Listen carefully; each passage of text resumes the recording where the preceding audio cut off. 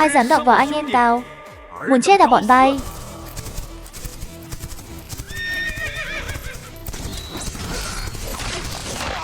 Hạ Bắc nhìn chàng trai cao to trước mặt,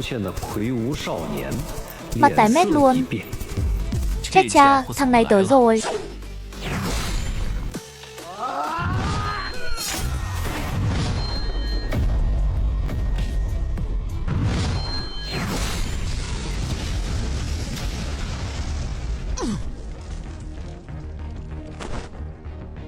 Hạ Hầu Vũ.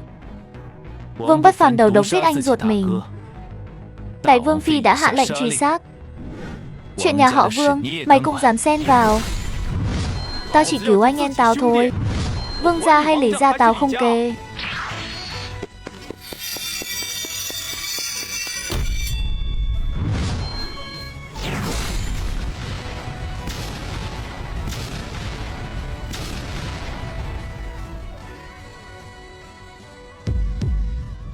Hạ Hầu Vũ đến đại ca, bạn thân chí cốt của Vương Bất Phàm, là con cháu chính tông nhà họ Hạ Hầu.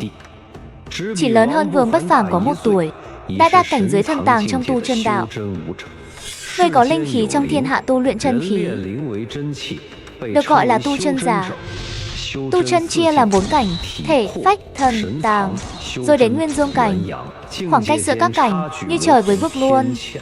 Anh em, thằng Lâm Niên nó điên rồi, đang cho người khắp nơi săn mày đó. Đi với tao mau. Không được, tao phải cứu em gái tao.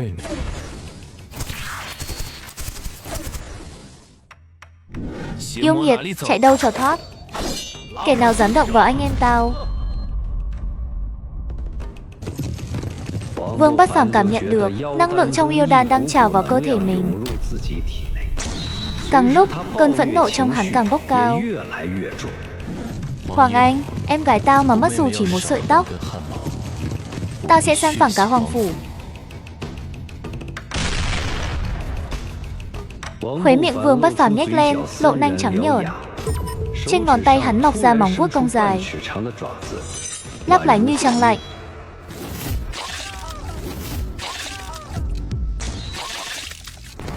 Vương Bất Phàm bước vào đại sảnh yến khách. Sát khí tràn ngập, một luồng yêu khí quái dị lan tỏa khắp nơi. Khách khứa ai nấy hoảng hốt lùi lại. Hoàng Anh, ra đây mau. Tao đến Hoàng gia tính sổ đây. Tự tìm đường chết à? Ẩn sâu là cao thủ cấp thần tàng đấy. Hoàng gia, Hắc Bạch song sát xuất hiện.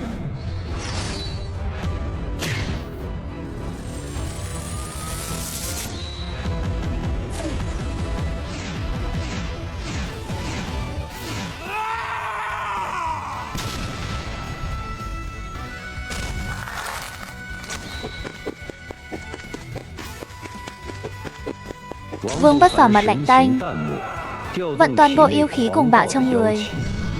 Yêu khí chạy khắp kinh mạch, dồn lại nơi bàn tay rồi sẽ toạc ra ngoài.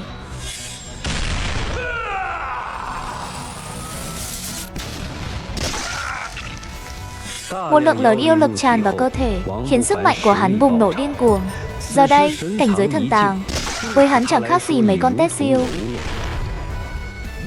Một cú vuốt đẫm máu khiến cả sảnh im phăng phắc luôn.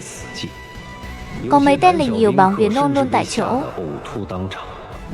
Hoàng Anh, còn không ra đây. Ta sẽ xông thẳng vào Hoàng Phủ bây giờ. Ha ha ha, mày biết tao là ai không hả? Vương Bất Phàm, đồ phế vật, cũng dám đến phá phủ ta à?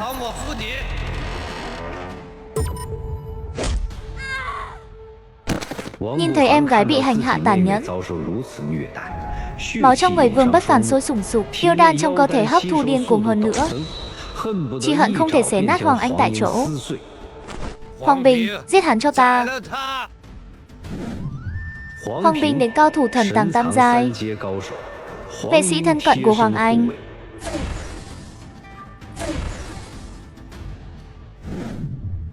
Anh, đừng lo cho em. Chạy mau đi.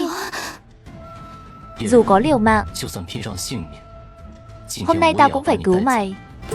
Hoàng Bình nhân lúc hắn phân tâm, cơ thể như bóng ma lao đến trước mặt Vương Bất Phàm. Hai tay gã bọc trong lồng chân khí đỏ nhạt rực lửa. Đồ phế vật. May tưởng mình vẫn là thiếu gia nhà họ Vương chắc. Hỏa Vân Trường.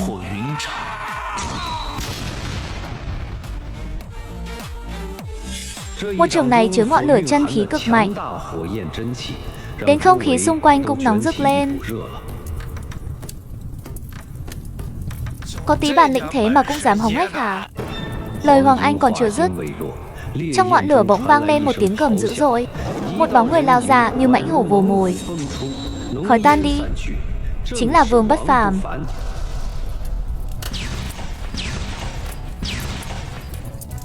Bát Ca, cứu em. Vương Bất Phàm như nghe thấy tiếng gọi của Bát Ca, gật đầu khích lệ. Ngay lập tức, yêu khí trong cơ thể hắn bộc phát dữ dội, tụ lại nơi hai bàn tay.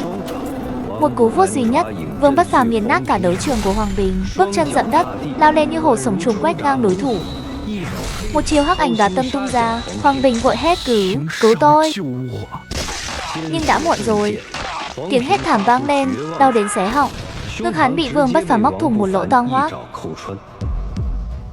Anh, cẩn thận. Vương Bất Phàm vừa quay đầu thì đến. Đồ phế vật, đi chết đi. Hỏa Vân kiếm tuyệt chiêu tung ra,